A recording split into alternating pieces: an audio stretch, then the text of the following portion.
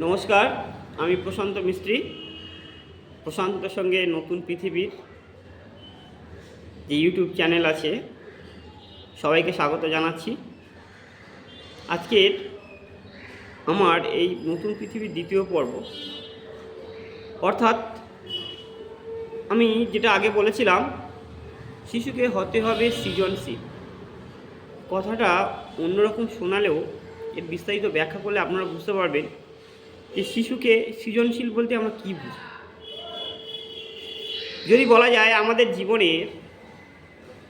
প্রত্যহ জীবনের একটা বিশাল অংশ জুড়ে রয়েছে মোবাইল এবং টেলিভিশন, অর্থাৎ টিভি।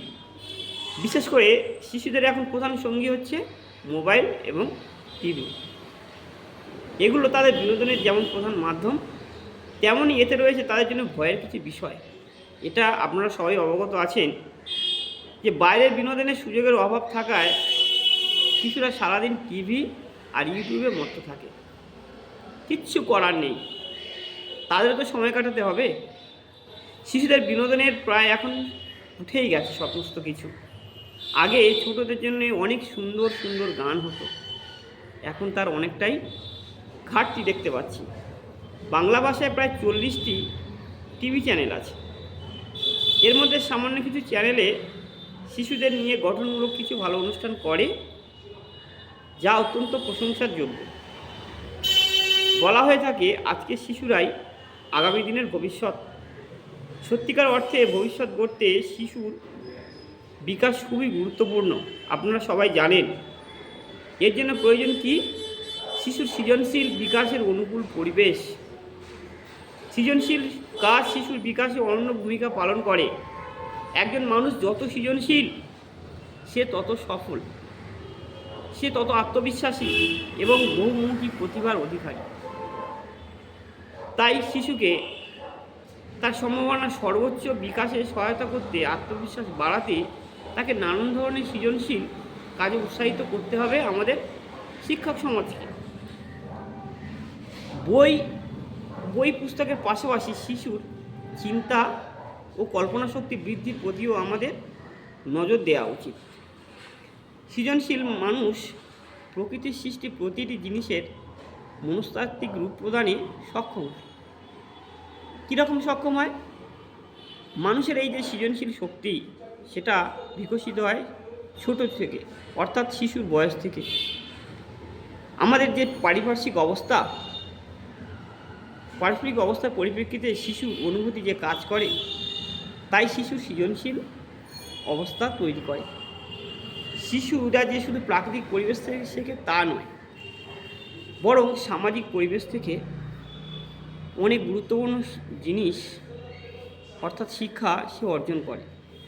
তার চারপাশের লোকজন কি করছে সে সবসময় পর্যবেক্ষণ করে। আমাদের এমন কিছু করতে হবে যা শিশুদের উন্নত জীবন গঠনে সহায়ক হয়। শিশুর সৃজনশীলতা শিশুর পড়ালেখায় বিশেষ ইতিবাচক প্রভাব বিস্তার করতে পারে।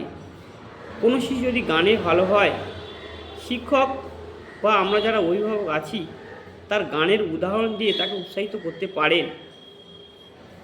অর্থাৎ তুমি যে গানে ভালো, তুমি যে পড়ালেখাও ভালো করবে, এই জিনিসটা তাকে বোঝাতে হবে। যে শিশুকাল থেকে ছোট ছোট সফলতার আনন্দ পায় বা উপভোগ করার ক্ষমতা অর্জন করে, পরিণত বয়সে কোনো না কোনোভাবে সে সাফল্যের পথে হাঁটবেই। সে উচ্চশিক্ষিত না হতে পারলেও সৃজনশীল কাজে তার শুধু দরকার একটা সুন্দর পরিবেশ। নিজেদের ভাবনা আগ্রহ আমাদের লক্ষ্য করতে হবে, তাই পছন্দের জায়গা খুঁজে দিতে হবে। দেখতে হবে শিশু যেন খুব আগ্রহী হয়, তাকে অনুপ্রেরণা দিতে হবে। একই সাথে ভাবতে হবে সে যেন মুক্ত চিন্তা করতে পারে। আরেকটা জিনিস যে এক্ষেত্রে শিক্ষক এবং অভিভাবক দুটোই হচ্ছে গুরুত্বপূর্ণ তার সৃজনশীল বিকাশে। শিশুকে অতিরিক্ত নিয়ন্ত্রণ বা শৃঙ্খলায় শিক্ষার পদ্ধতি থেকে কী হয়, তাকে সংকীর্ণ করে তোলে। সে হয়তো ভালো শিক্ষার্থী হতে পারে, কিন্তু পরিপূর্ণ শিক্ষার্থী হতে পারে না।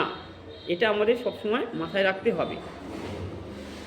তাহলে দেখা যাচ্ছে শিশুর বিকাশে সৃজনশীলতার কোনো বিকল্প নেই। শিশুরা একই রকম কাজ করার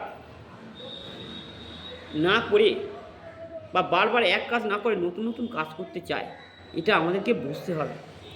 নতুন নতুন জিনিস নিয়ে নতুন নতুন খেলা তৈরি করতে পারে বা খেলতে চায় বা নতুন জিনিস বানাতে চায়, এটাও আমাদের লক্ষ্য রাখতে হবে। তবেই তার মানসিক বিকাশে সহায়তা হবে।